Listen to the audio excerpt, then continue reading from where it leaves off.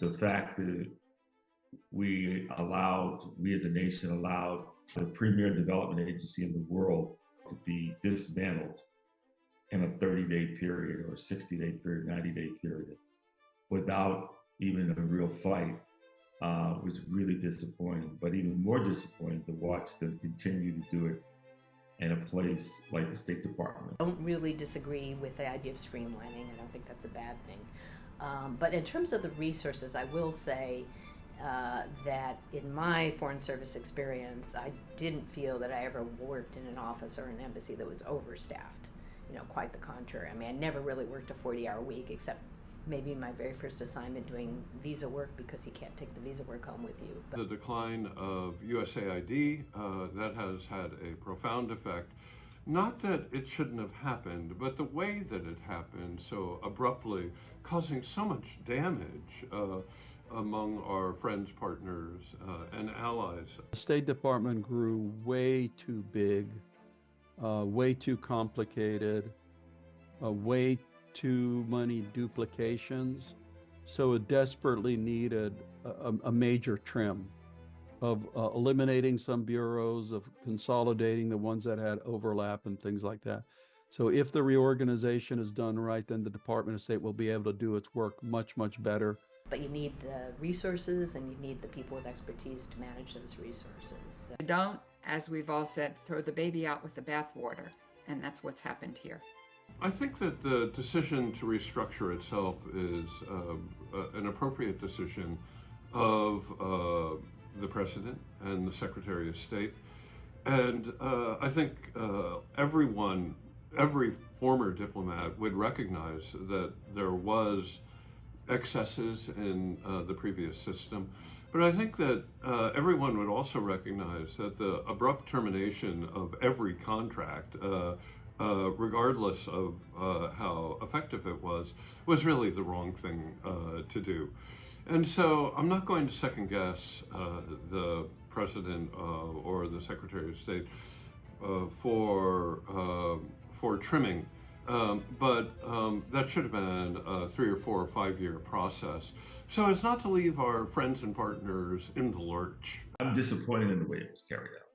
I'm disappointed that the way it was carried out. I think that every administration comes in with a sense of that they want to change things. They have a right. Elections have consequences. And it was in the right of the president to come in and say, I want to make changes. I just wish they had been a little more strategic about it. The way it's been implemented has been quite distressing for both the people involved, and there's no enunciation of a strategy. I would have preferred to have a real strategic conversation about the structure and what the goals and objectives were for the future of USAID, for example, and of the State Department. We already have articles out of the Lancet, a peer-reviewed medical journal, out of assessments made by the World Health Organization and by others, that millions, literally millions of people will die because of the loss of USAID. We're one of the leading donors in the world, and it has brought us immense pride. It has brought immense good to a lot of people. And for that to dry up in such an ad hoc way, I think will have long-term consequences, and we're already seeing some other countries that have money, some more friendly than others, that are starting to write checks and show up and deliver whatever it is, rice, beans, etc. That's a big change also to the tools that our diplomats are going to have going forward. Bottom line is, it's a little bit like conducting, diplomacy with one hand tied behind our backs. To see that all the great work that we've done over the last 60, 70 years, that nobody knows about it. It's the best kept secret. So that's been the most disappointing, in watching the way that our work is being disrespected and unappreciated and minimized. Probably has been the biggest surprise. I thought we had better standing, so that's what I get for assuming.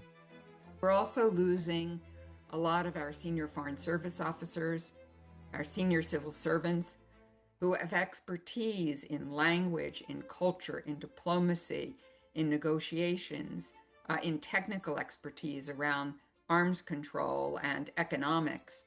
And we won't easily get them back.